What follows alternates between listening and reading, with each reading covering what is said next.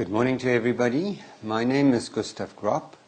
I'm the principal at Oakridge International School, Newton campus in Hyderabad in the lovely India. This morning we're going to talk about the parent connection. We're at Oakridge, we are an open learning community, and we try and facilitate the growth of each of the students who come to us, your children, all the way to personhood. So as parents, when we are, especially when we have new kids, they arrive in the family, we generally think that we know what to do. And that's in most cases true. But we also need to know where to go next. And I have a very interesting picture to share with you. Here we have a very ordinary object that we would not expect to see dispensing such colorful fluid. How does that connect to what we would like to share today? Much like each child is so uniquely different from every other child, what we expect from that child cannot be the same as with every other child.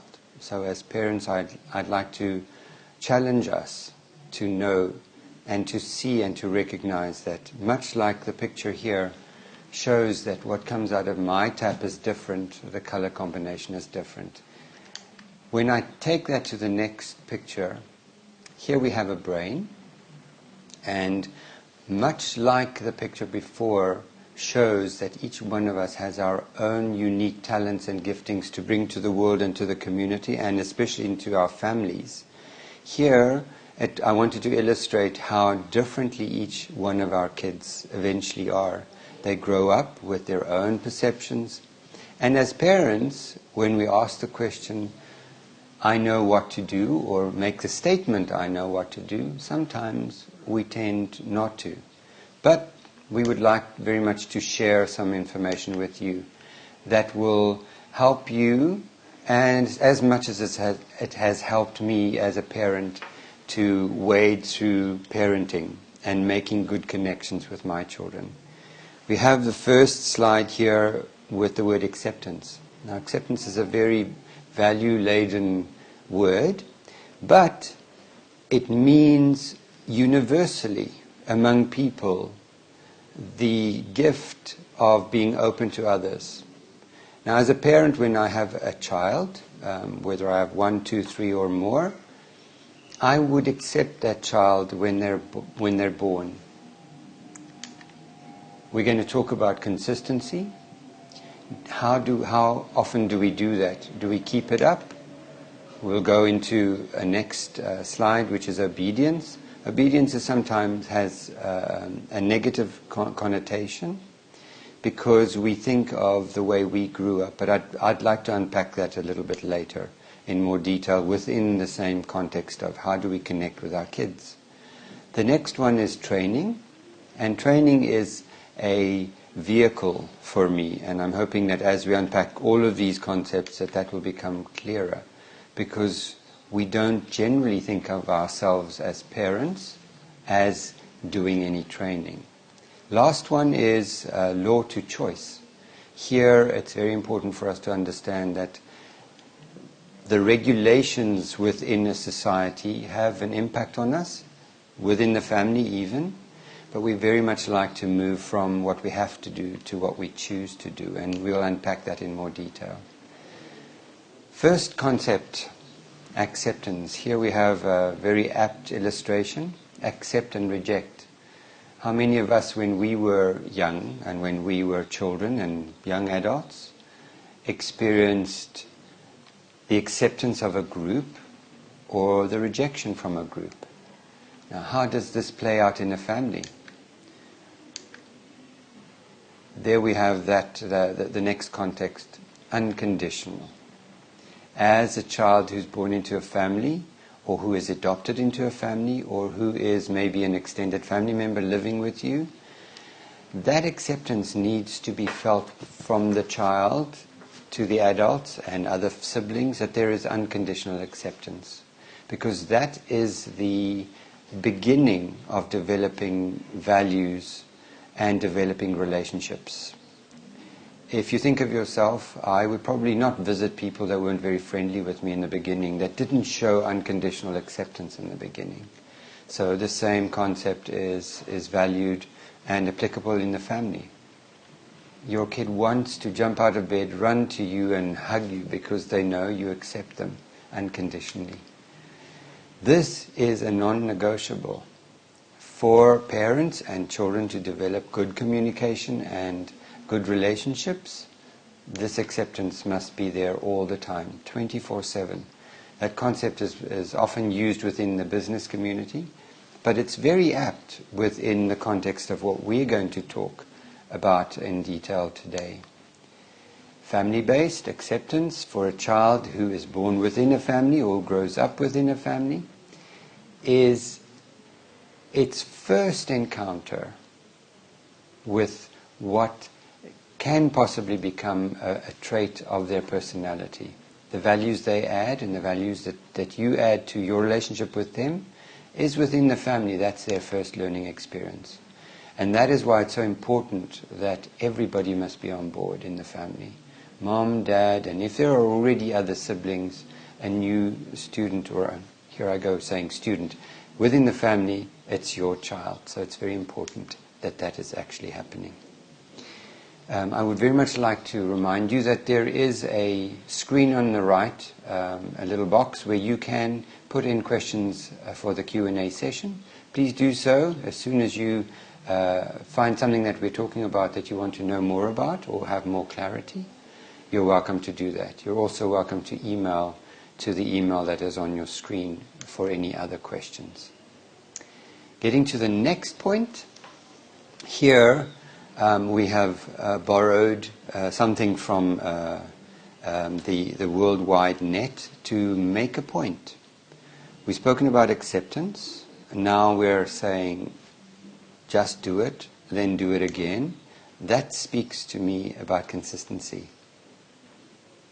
As a father, when I think of my 3 children, each of them being so uniquely different, didn't change the way I felt about them just because they were different. I consistently, even up to today, love each one of my kids all the time. It doesn't matter what they get up to. So parent-child connection has to do with the relationships that you build with your kids and the communication that happens. And this communication is not only verbal, much like we're only talking.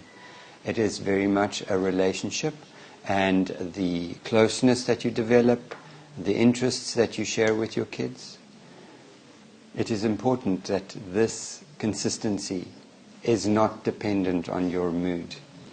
In social media, as well as in open communication with other families and situations, we often get to know that people would say, I'm in a good mood today, or I'm in a bad mood today. Well, this consistency in terms of your relationship and your connections with your kids should be a mood-free zone. 24/7. What does that mean?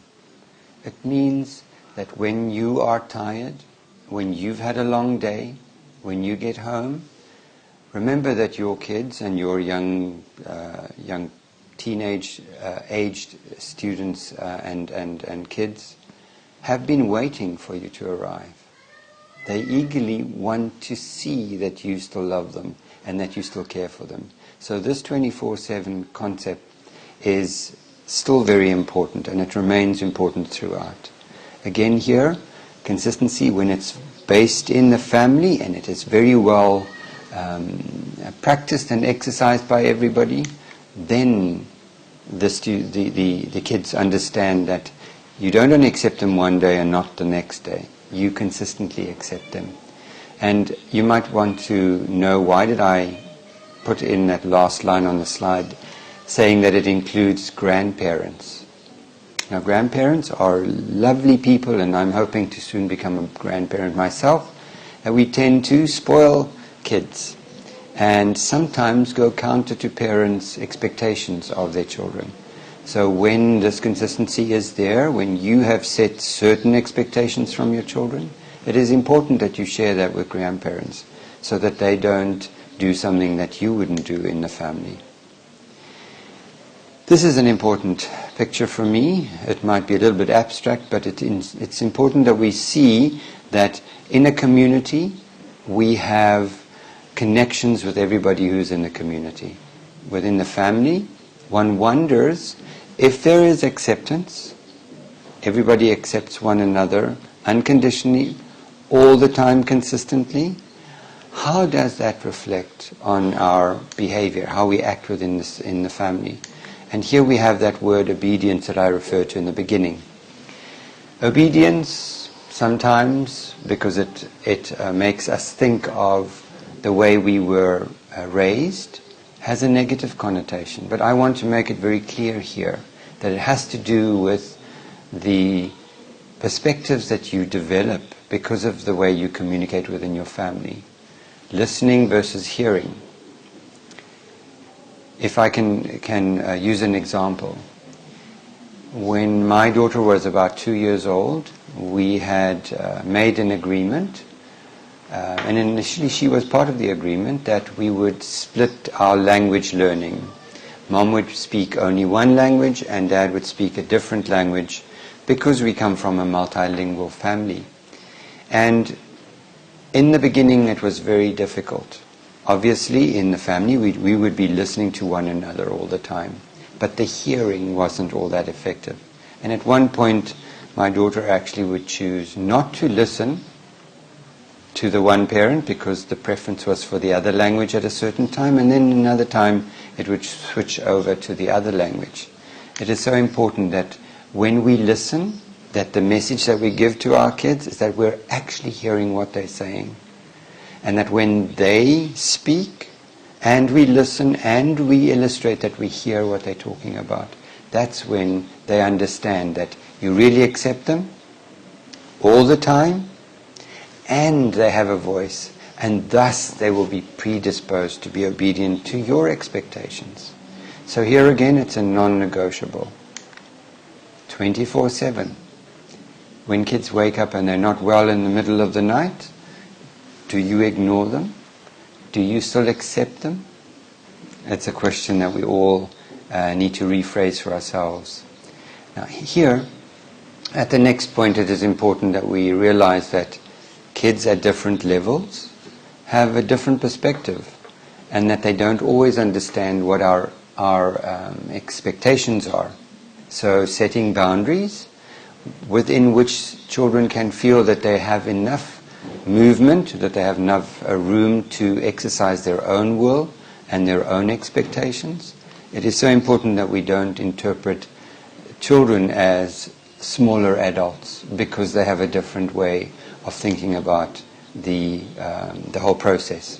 The last one here is an interesting point, natural consequences.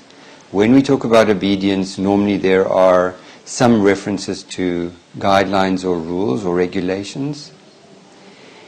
Simply, when dealing with your child at home, it is important that they get to experience natural consequences. What does natural consequences entail? Giving an example, each of my children had a specific chore or a series of chores that they needed to do on a regular basis as part of the family. This was recorded in their own charts, which in our home was affixed to the side of the refrigerator. Once they've done what it is that they needed to do, and if I could use an example, on a Saturday, the grass needed mowing, some watering of the garden needed to happen, the pets' little houses had to be fixed, and the washing to be done, and they needed to be fed. That would be a typical Saturday environment for everybody. Apart from that, them making their own beds and putting their washing into the washing. Those are ordinary household things that happen in any home. And what would be the natural consequences for not doing any of these things?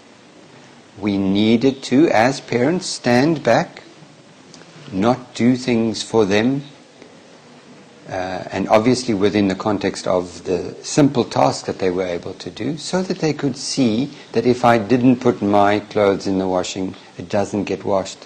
That's what I mean with natural consequences. As children grow up and they become teenagers or young adults, obviously the responsibility needs to be more, and the natural consequences will be more far-reaching. Here is another reminder for you. If you have any questions, do use that space on the right hand to type it in so that we can address that in our Q&A session. If you have questions that relate to schooling or parenting that is not being dealt with directly in terms of what we're talking about, you're welcome to email those as well to info@oakridge.in. Looking at this picture, I remember when I saw it the first time, I got quite excited because of the possibilities of using it to stimulate thinking among young adults, among children, as well as myself. This was an indication for me that what I thought could happen in the brain obviously happens differently for each person. So let's go to the next point, which has to do with training and learning.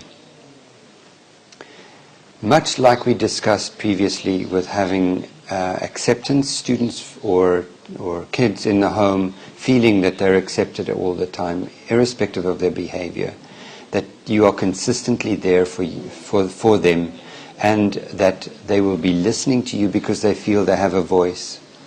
The next one, training and learning, they slowly but surely take up the responsibility for their own learning because of what you've done before, because of the setting that you've allowed to develop in your home. So they begin to realize that all the learning that happens and the training they receive through your modeling is their own responsibility. There are different levels of responsibility. Obviously, when a baby is born, they cannot have any responsibility for anything.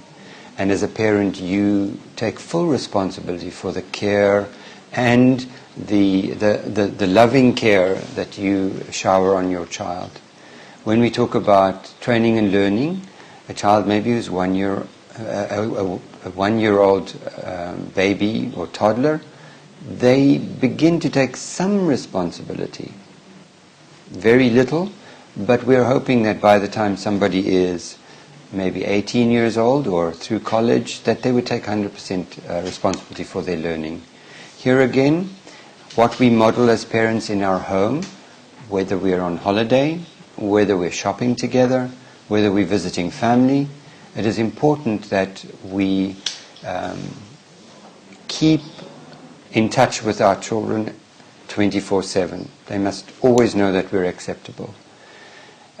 Because learning and training happens everywhere. It doesn't only happen at home when you're home as a family or when they go to school, in the school. They learn from social media. How many of them have phones? If you take a quick look around, you'll probably see that all your kids have phones.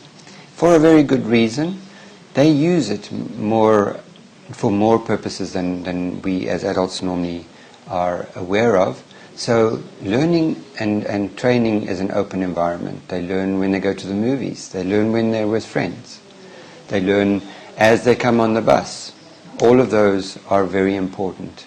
And I wanted to share just a snippet from my own experience, and within our family we practice these 4 very basic phases.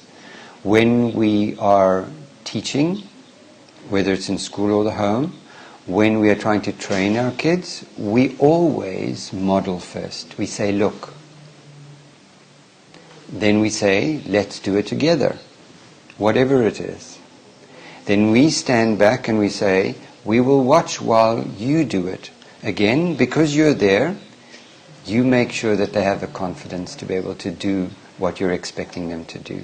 And then once they're able to do it, for instance, they're able to pack their own bag. They know their school timetable, they know what activities they have on, they've already done all of the prep, then you release them.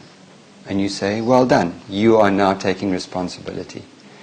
If for any reason there is a backward development, like they stop doing it, or they can't do it because it's too difficult, or the time management is going for a loop, then you can go right to the beginning again and say, look, this is how we do it. Let's do it together. I'll watch you, and then when you do it, you are released. Students at school generally enjoy it when a teacher says, you're doing well. What do we do in family? When my child does something unexpected or something that is really indicative of their growth and their personal taking up responsibility and being proud of who they are, then we encourage that. In here, this is a hand-drawn graph that for those of us who are more analytical in our thinking, it explains the percentage of responsibility that we as parents have right from birth to when kids are out of our homes by about 18 or 20 years of age. You'll see that at birth, a child has no responsibility, but it increases steadily over their years. By middle school, 12, 13 years of age, students and kids in the home should be at least 50% responsible for their own learning, for their own life, in fact. That is why letting them be part of the family planning, activities that they do at home, not only at school, but also in home and in family contexts, is so important because they learn from that. And eventually, parents and the significant others, which in many cases would be grandparents, uncles and aunts, and teachers at school, that responsibility diminishes until the student takes up full responsibility. This has helped me visualize what we do in our home. Now we get to one of the scarier ones that refers to law. If somebody does something that is not allowed or plainly illegal, it's very easy for people to say, well, it's the law. Sorry, it's the law. But the picture, if we look at the picture, and I would remind you of all of the colors we looked at in the very first illustration of the tap or the faucet, letting all of those beautifully colored fluids flow, and the picture of the brain where everybody has their own unique interpretation. Well, here, some people turn blue, others turn red, because that then becomes their unique personality. How does that translate into the concepts that we've developed? If we start right in the beginning, we had acceptance, not negotiable. If a child becomes part of my family, whether it's my own natural-born child or somebody who comes and lives with me, I accept them as they are. And sometimes as parents we can ask ourselves in the different phases of development of our own kids, how accepting am I of this uniquely really, really special young person that has been given to me to help raise? Then how consistent am I? Am I that way every day, all day? Am I able to understand that through the acceptance and the consistency, I build a platform for them to be obedient? And obedient here, again, is a very wide interpretation of having a voice, that they trust that you will know what, when they speak, that you actually listen. And then that predisposes them to learn from you, to follow your example, because you have set that pattern in your home. When we get to the training is exactly what you do every day. If you spend time allowing your children to make decisions, if you have family times together, if you join in their activities and they join into your activities, that is where the training and the learning happens. We will, in subsequent webinar, explore what does that mean and what does it look like in the school as well. So here we are at Law to Choice.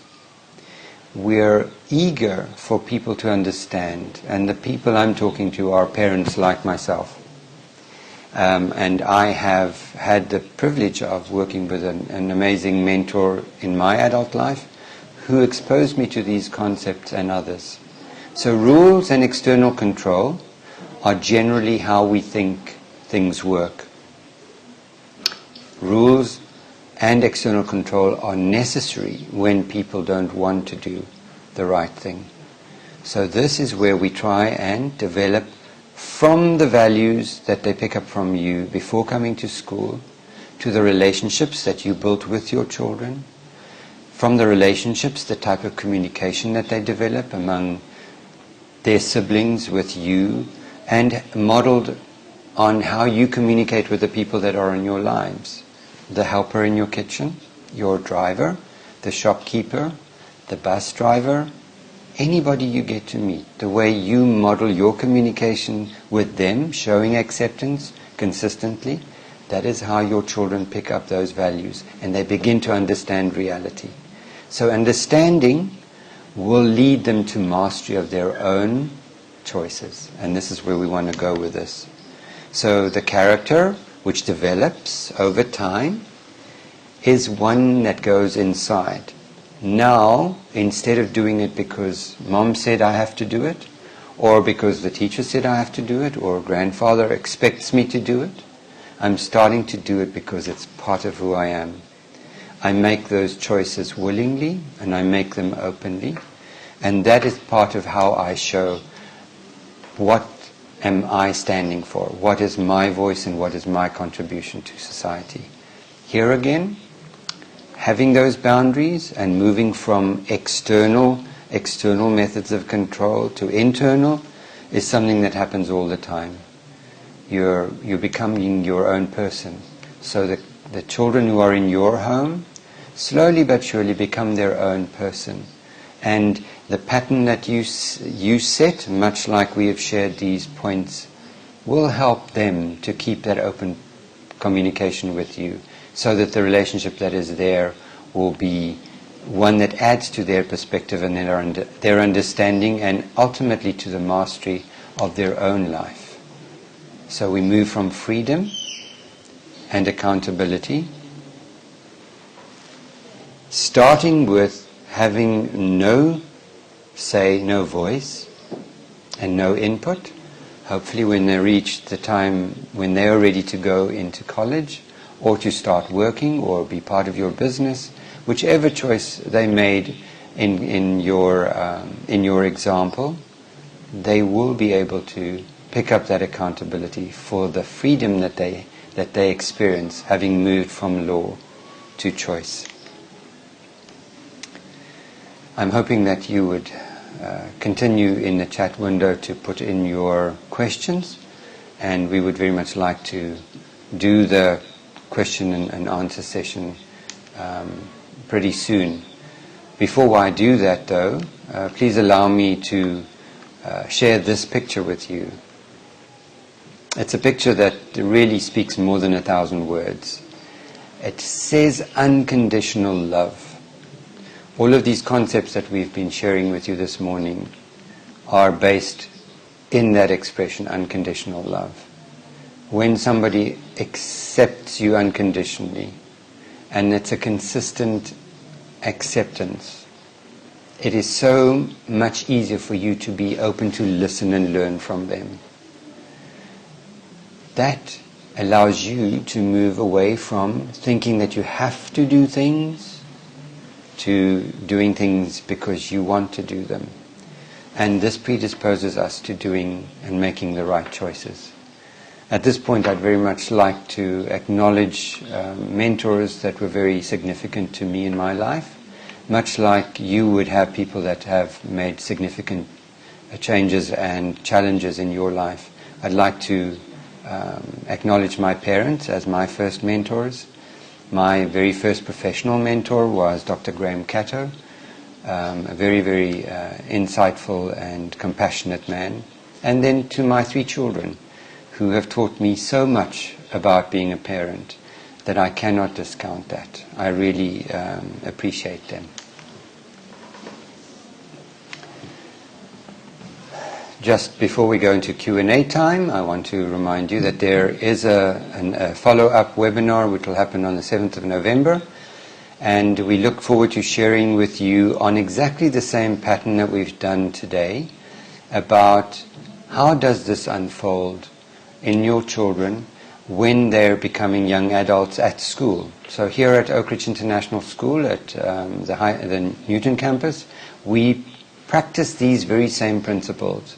Even though we're a huge family, every adult here tries to model what your child needs to pick up from the process that they're involved in.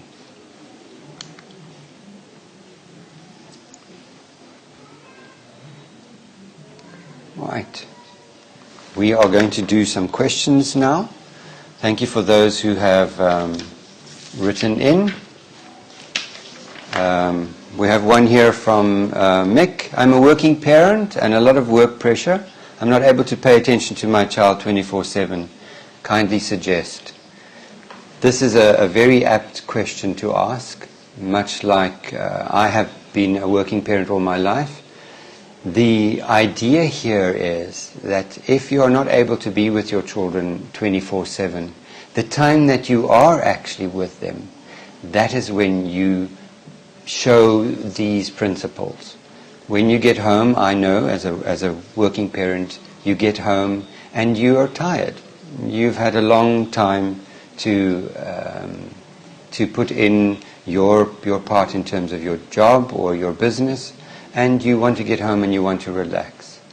There's a quality decision that you, as a family, should be making, that if you need relaxed time, kids are perfectly able to understand that.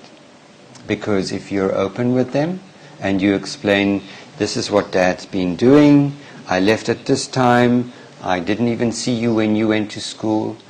It is the communication. Remember we said that the acceptance and the consistency comes from the values. If you value them and you show that to them and you build relationships based on that all the time and you make time to communicate, share some of the challenges you have, share some of the times that you are away, make connections through social media. That will bring the message to your children. So it is not about being physically present, but using the time that you do have in such a way that your child or your children would understand that when you are with them, that you accept them, that you listen to them, that you really understand where they are, and that you'd like to challenge them. Challenge them to become better at who they are by modeling the time that you manage to give to them. So it is not easy, parenting is not easy, but it is just using the time that you do have to go through these steps, if you like. And children are amazingly resilient and understanding, and they have a lot of natural compassion as well. Thank you very much for that question. We have another anonymous question here. I was mentioning about the grandparents. Sometimes they will not be on the same page as us. What do we do in that scenario? That is a very interesting one, and I'm going to share about my own family. I have, obviously our children have grandparents, 2 grandmothers and 1 grandfather. Unfortunately, one of their grandfathers had passed away before they were born. But much like grandmother, and I'm going to call them grandmother 1 and 2, grandmother 1 had a very, very, very specific way of dealing with the kids. She needed them to understand what are the requirements or what are the rules for when they're in her home. And she rarely consulted with us as parents. On the other side, grandmother 2 was very much in tune with what we were doing with our kids and would constantly ask, would I be able to do this? May I do this? And the interesting thing is that these 2 grandparents were at opposite ends of the continuum. What should I allow as parents and what shouldn't I? The very basic pattern here of acceptance is never a question with grandparents. They accept their grandchildren with so much love and so much care. they always do that. So there they're very consistent, and they would be modeling that to your young ones. Listening, the obedience one, is where there's a challenge, because sometimes the expectations that grandparents have are very low. Grandparents just want to love them and have them around. So here is where one subtly needs to have a separate meeting with grandparents, that if children are not allowed to have certain foods, for instance, we know that there is a lot of controversy in terms of what our kids eat and what they're allowed to eat. If you as a parent have had an agreement on how your children should be eating, if you share that information with the grandparents, they have been parents. They understand the challenges. Sometimes they might disagree, but then that would be an open discussion with the kids. There's no reason why this shouldn't be an open discussion, especially when you have the privilege like we had of a grandparent living with you and being available to help parent and love your kids through their developmental phases. So once again here, it is open communication. Values transferred through open communication, building strong relationships, and that developing the perspectives of your children. And in that way, they know that any interaction between them and yourselves as adults, grandparents and parents included, would teach them. And then they can move and make their own choices. I'm hoping that gave you a bit of information. Next question we have here. What can we do to make teenagers stay focused in reaching their goals? Teenagers, you will have noticed in the talk that I try to stay away from that term, because in the popular media, teenagers are characterized as being allowed to do anything they like, being unpredictable, unreliable, and a source of challenge. Now, in our context, we like to use the term young lady and young man. When they reach puberty, they're actually becoming an adult. It's like being an apprentice to you. So this doesn't solve the issue around teenagers not being focused. But if we continue with this pattern that we have tried to explicate here, if your kids start questioning everything, because that is typical of the type of development that happens, they start questioning everything. They would challenge authority. They would think that you are no longer relevant as an adult in their lives.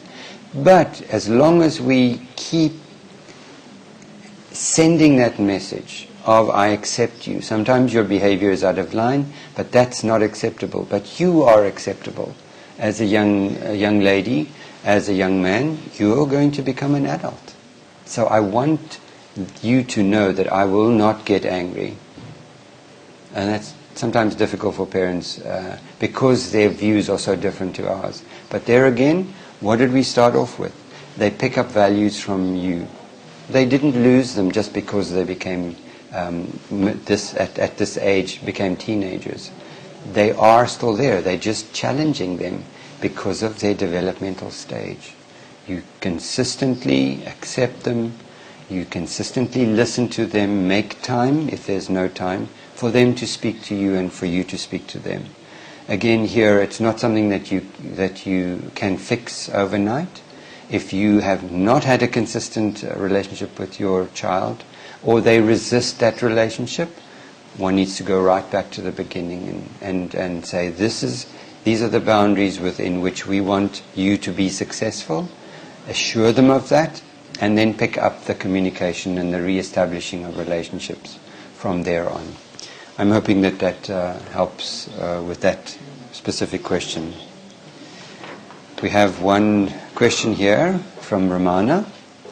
My son is very obedient when he is with me, but during weekends, in presence of his father, he changes completely and behaves like a stubborn kid. He feels whatever he does, he will get support from his father, and my son feels that if he says no to something, his father will support him. That is an interesting situation, I think, that almost every family faces. when there is a difference of opinion between how mom and dad handles the same situation, it probably comes from, if you go back into these patterns or concepts that we've been talking about around acceptance.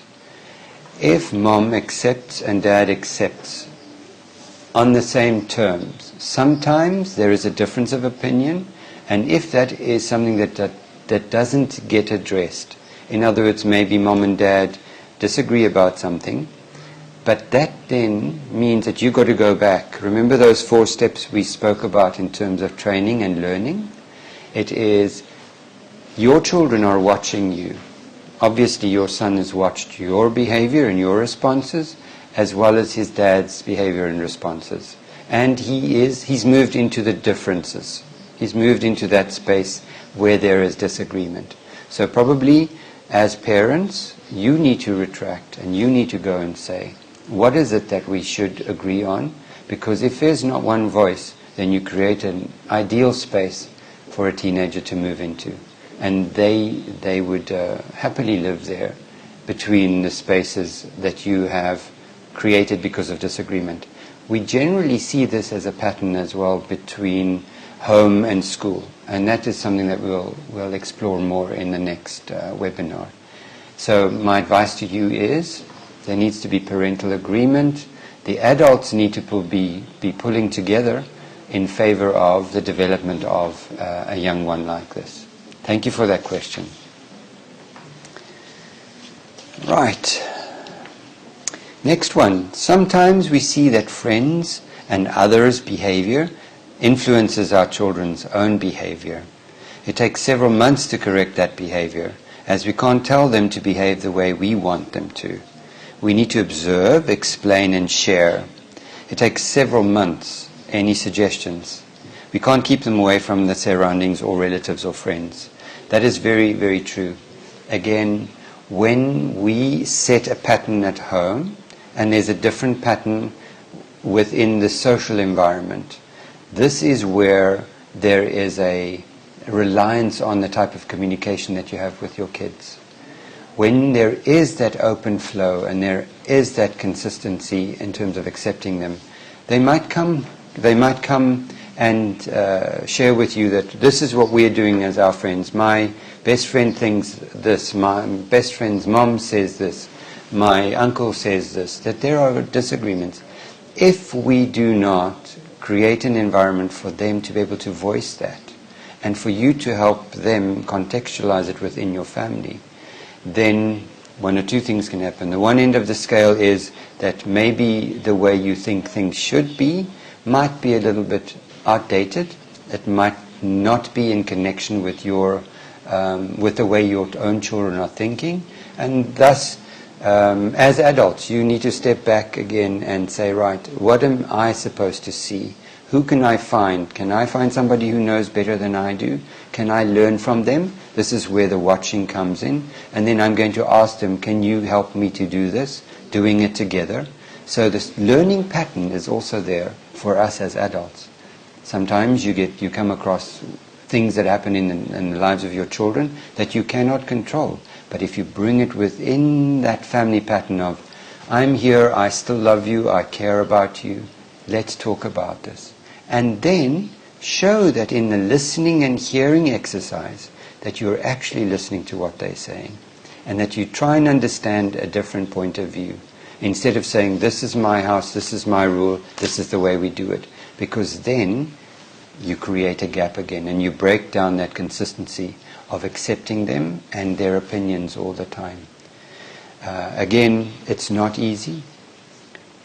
Patterns of behavior learned outside of the family, when they are put into the context of the family and their family expectations, and you connect that to personal goals, generally you would be able to make an adjustment to your expectations, but also illustrate to your son or your daughter that you understand where they are, and that the new things that they are trying to bring into focus are not different. Or they might be a little bit different, but it can fit in with your expectation, which you regularly discuss with your child or with your young adult. Thank you for that question. Next question here is, does it affect a child-parent relationship if the environment in the house is always very easy and relaxed? I want to categorically say yes. Probably most learning can happen in a house where there aren't very tight regulations and rules and expectations that are out of sync with reality. Where mom and dad are relaxed enough, where kids feel that they can freely communicate, where they understand that their parents' way of doing things might be different to their way of doing things, that's ideal, because you then have the acceptance covered. Your children feel that they're free to be themselves, that there is consistency, that you are always that way. The challenge probably that underlies this question would be, but how do you get them to do what you want them to do? This is a negotiating aspect that sometimes is missing from our understanding as parents. We feel that because we're parents we can tell them what to do.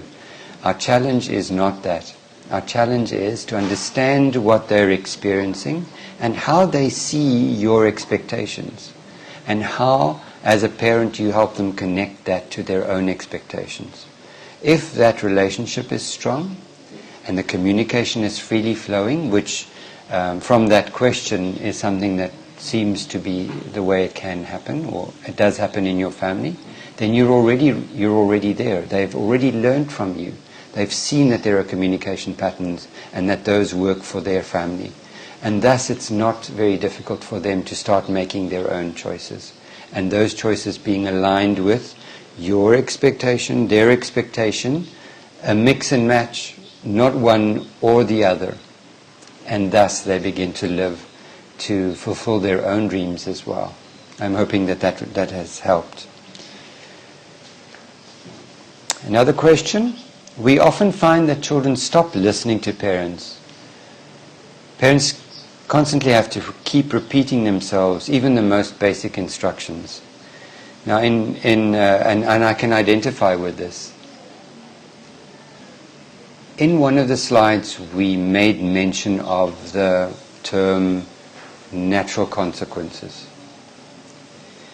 If I use an example from my own family, during the week, even the school week, when our children did their chores, which they recorded and gave feedback on a Friday, when it's time to visit friends, they would ask, can I please go and visit Tommy or Betty or whoever? We would say, well, what do you think? And in the beginning they were very perplexed. We would say, well, go and see how well you did on your contribution to our family this week. And if, for instance, I remember in middle school, because we're referring here probably to middle school kids, when my eldest son, brought the list and said, and one of his chores was to make sure that the pool, the readings on the chemical consistency within the pool was done properly. If for some reason he didn't do the checking every day, it wasn't there, then he would bring the evidence and we would say, so what do you think? And there the natural consequences of his action or non-action was experienced. So does that mean you can go, or does it mean you can't go? The answer is very obvious. This then takes away the aspect of my kids are doing things and I don't want them to do them and they don't want to listen to me. Slowly but surely, as you remember that graph, we hand over responsibility to them increasingly, so that when we get to a point where they ask or they disagree, it's based on evidence which they collect, evidence which they live out in the family. It's the natural consequences have been a teaching tool that we successfully used in our family. I'm hoping that will help you. Every child is different, so how do we need to help them find their best future? This question is very important because, as we spoke right in the beginning, you might have 3 kids and they're all very different. So as a parent, sometimes because we were only one person, and as we grew up we had our own dreams, and now suddenly as a parent you have 3 unique other people in your life, and you need to help them understand and help build into them what they need for a good future. Here, probably my suggestion is, and if we go back to this specific pattern, is if for any reason at any time there was a separation between you and any of your kids, you need to fix that relationship so that the acceptance is returned, so that they understand that it doesn't matter what they do, they are your children and you accept them unconditionally. The consistency comes from you communicating with them all the time, making time, put it into your time management exercise, that you will have time and that you make time for your kids as you go along. And in that way, by being interactive with them, hearing them, listening to them, they then begin learning from you, because then they pick up the cross-section between their expectations of themselves and your expectation from them as a parent. Because as parents, we love our kids, we want the best for them all the time. And thus they move into making choices that are more aligned with their own future and for their best interest. Next question here we have, my daughter is excellent in academics, but but how can I build confidence into them? Right, so the strengths here, what comes out from that statement is that your child already seems to be confident enough to be strong in academics. If you're talking about confidence, that sometimes has to do less with the pattern of how you parented, but more in terms of how they see themselves in the community. You might have heard of the expression introvert versus extrovert. Somebody's personality might have developed in a certain way where it is not their natural style to be overly confident, be able to speak to strangers. This is not something abnormal. In the family, you're asking how can you help within the family. It is probably for you to get to know more about their interests as a parent, especially with somebody who is in middle years or high school level. Sometimes some of them, especially when they're at that level, make decisions that could make them less communicative with their community. Sometimes there's a challenge with friends, and in that way, just by opening the conversation and making connections with your child, or reviving connections that might not be there yet, in that way you can build the confidence internally within the family, and then help them slowly but surely set targets about becoming more confident out there with their friends or within the school community. We will be dealing specifically with this in the next webinar as well, because we develop this type of skill in each of the kids who come to Oakridge. I'm hoping that will help you. We have one more question, a few more questions, but we're going to do 2 or 3 more. Can we ask questions related to academics? You're welcome to ask questions, but I'm going to reserve that within the area of the next webinar, where we're going to talk specifically about school. Let's look at another one. My son is creative and good in mathematics and gets 100%. But when it comes to writing, he runs away and scores only 10 to 20. How to deal with such scenarios? Here I'm going to respond only in terms of what we've been speaking about, but and in terms of academics, we'll deal with that again in the next seminar. How do I help my child understand that they have some certain limitations? It has to do, again, with the way you communicate. Maybe if we go to the learning pattern that we were talking about, where you modeling being the best you can, maybe your expectations, you've voiced your question very well, but behind that might be an unexpressed expectation from you to your son, where you want him to be the best in everything. Maybe that's not his strength. It doesn't mean it needs to be ignored, but if you only express your dismay at that weakness to the expense of giving reward, both verbal and emotional reward, and acceptance on their strengths. Being somebody who's mathematically inclined is quite a big positive in today's age. It doesn't mean that your insistence on, or your overemphasis on his weakness in front of him or within the family context might just have the opposite effect. So I would say my advice would be get together and see how you can help without expressing it publicly in front of other siblings or in front of the other parent or family members. There you would be able to say you're an amazing mathematician, but when you're inside the family, maybe inside his room, then you discuss how can we work together on this specific challenge that you have, so that there is that balance, showing that you're accepting him and that you're consistently accepting him and not expecting him to do things that he's struggling with. Rather work on a plan together and developing those specific ones.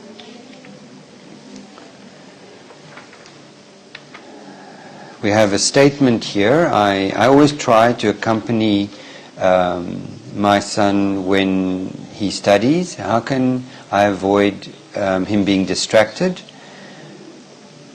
Because I don't know at what age level your son is, we're going to do a very short response to this. Depending on the age, when they're very young, being playful with them and being interactive does not distract from learning, because you're actively being part of that learning process. Middle school, probably for a parent to be hanging around or to be present all the time while they're doing homework may not be a good thing, and you might need to go back to step one in terms of giving your son or your daughter the assurance that you're there to help. And if they don't need you there, then you must respect that and move away, or get another person to answer or assist them. It is so important that you do that, because distraction needs to actually be more clearly defined. If it is a high school student, maybe grade 11 and 12, it is important for you to find out what it is that they need that will help them and not distract them. Again, open communication, your acceptance and your availability is something that they must experience as a positive, which I'm sure your son or daughter does. I'm very much encouraged by all the questions. We have received some more, and we will certainly do publish some answers on another occasion. If you don't mind, if your question wasn't answered, please put that in an email and send it to us, and I'll make sure that we give you some advice via the email outlet.